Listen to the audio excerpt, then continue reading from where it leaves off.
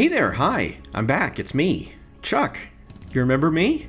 Well, I've got a brand new limited series that I'd like to tell you a little bit about. It features some of my interests other than horror movies, so there's your content warning. Still with me?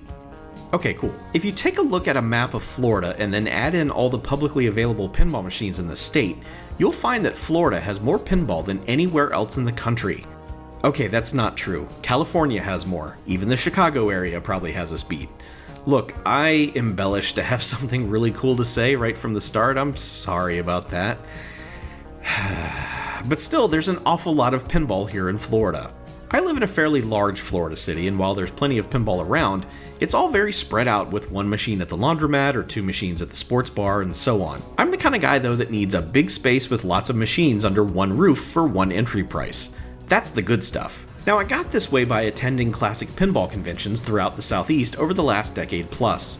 And while the destination cities for these cons usually have additional pinball options worth checking out, I was already at a place with a big selection of machines to play, so there was never any reason to explore further. But now's the time. I decided I needed to take a week off to de-stress and to work through a recent personal loss, and I'm going to accomplish that by taking a whirlwind tour of the numerous pinball arcades throughout North and Central Florida. 7 distinctly different pinball locations, plus a number of other cool hangouts and shops along the way. Hopefully. Fingers crossed, everybody. Usually my big plans blow up at the last minute, but I really need to pull this off. And if you're watching this, I think that means I was able to do so.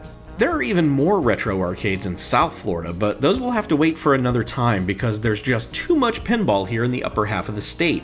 More than enough for 1 week of non-stop touring. Also, South Florida scares me. Everyone's always dancing. It's just too much dancing. I feel like I'm gonna get sucked into the dancing, and I just don't wanna.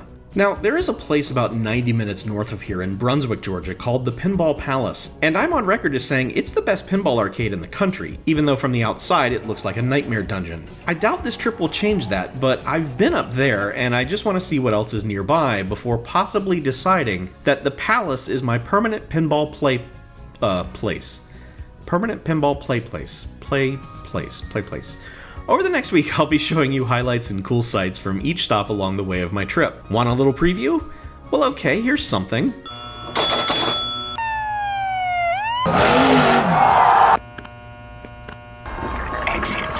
Now, I would never in a million years recommend that you pack up the car and head to Florida for a vacation, pinball or otherwise, especially now. But if you just have to come here for some reason, or if you're like me and live here with no chance of escape, hopefully these looks at our local barcades, museums, and other big-time video gamey locations will be of interest and help you find something to keep your sanity for the short term.